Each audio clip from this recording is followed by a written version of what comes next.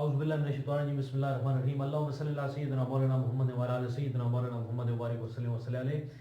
अस्सलामु अलैकुम व्यूअर्स, आज हम एक नई वीडियो के साथ हाजिर हैं।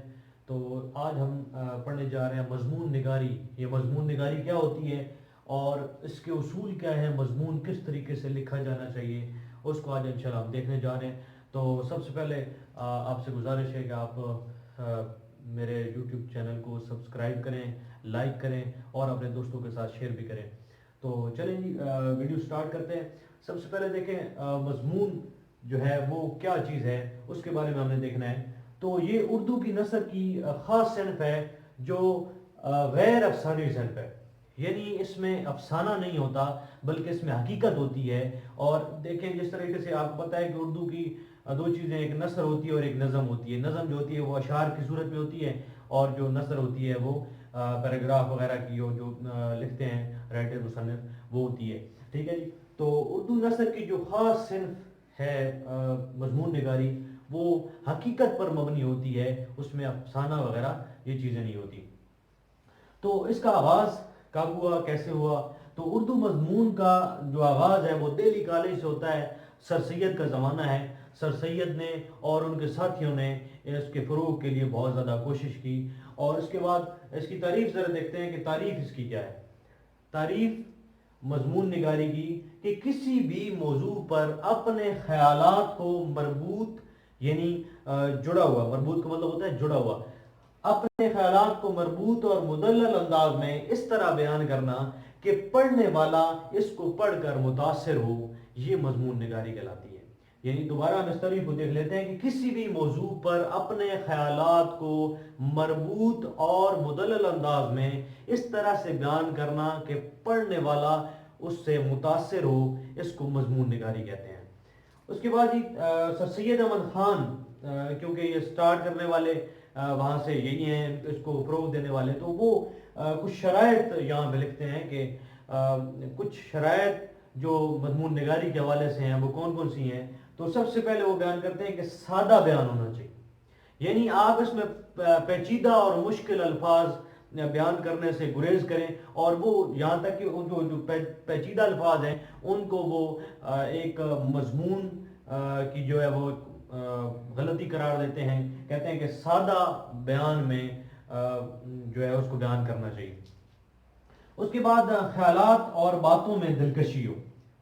वो कहते हैं कि आप जो जब उसमें लिख रहे होते हैं, आपके ख्यालात और आपकी जो बातें हैं उनके अंदर से दिलकशी जो है वो झलकती नजर आए, वो एक खूबसूरत अंदाज में आप बयान करें। और उसके बाद मजमून निगार की बात पढ़ने वालों तक पहुंच जाए। यानी मजमून निगार की जो दिल की बात है, जो असल में वो उस मजमून में कहना चाहता है, वो खूबसूरती तब है कि वो जब कोई पढ़ने वाला उसे पढ़े तो उसका मजमून निगार की जो असल बात है दिल की, वो उस पढ़ने वाले तक पहुंच जाए। ये शरायत है जिसकी मजमून निगारी की।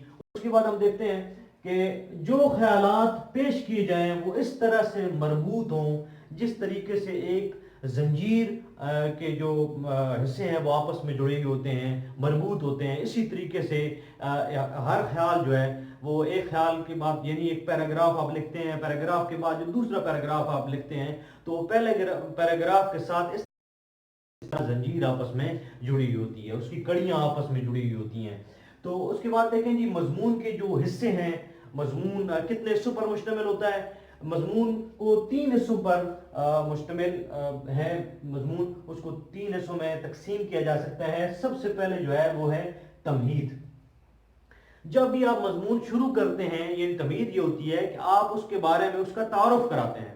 यानी तमहीद में आप इतने अच्छे लफ्ज़ यूज़ आपको करने चाहिए ताकि जो मजमून पढ़ने वाला है वो उसको दिलचस्पी के साथ पढ़े, उससे वो जो आपकी तहरीर है वो उसको अपनी तरफ खींचे।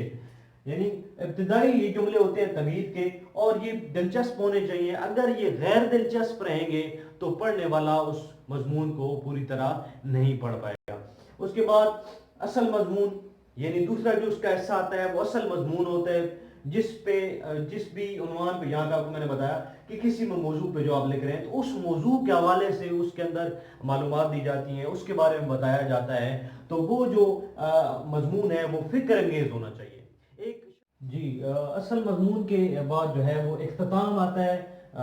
مضمون کا یہاں پہ آپ اختتام کر رہے ہیں تو اختتام میں آپ نے یہ چیز لکھنی ہے کہ تمہید کے بعد جو اصل مضمون آپ نے لکھا اور اس میں آپ کو کیا حاصل ہوا، وہ تمام تر جو چیزیں ہیں ان کو تھوڑا تھوڑا کر کے آپ نے اس میں لکھنا ہوتا ہے. یعنی آپ کو جو چیز حاصل ہوئی ہے کنکلوژن میں آپ نے وہ چیز لکھنی ہوتی ہے یہاں پہ اختتام کے بعد. اس کے بعد دیکھیں کہ مضمون جو ہے آپ کا کس طریقے سے جو ہے وہ کامیاب ہوگا یا اس کو خوبصورت مانا جائے گا، اس کی خوبی کیا ہوگی.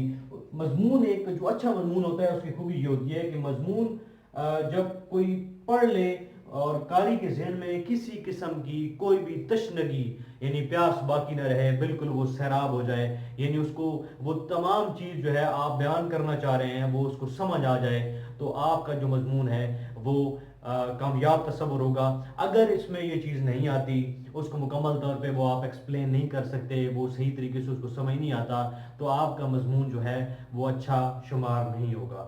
تو امید ہے کہ آپ کو یہ مضمون نگاری جو ہے وہ سمجھ آ گئی ہوگی کہ اس کب سے شروع ہوئی، اس کی تعریف کیا ہے اور اس کے جو شرائط ہیں لکھنے کی وہ کیا ہیں، اور اس کے بعد مضمون کے کتنے حصے ہوتے ہیں اور اس کو کس کس طریقے سے بیان کرنا ہوتا ہے. اگر میری ویڈیو پسند آئے تو اس کو لائک کریں اور شیئر کریں اپنے دوستوں کے ساتھ.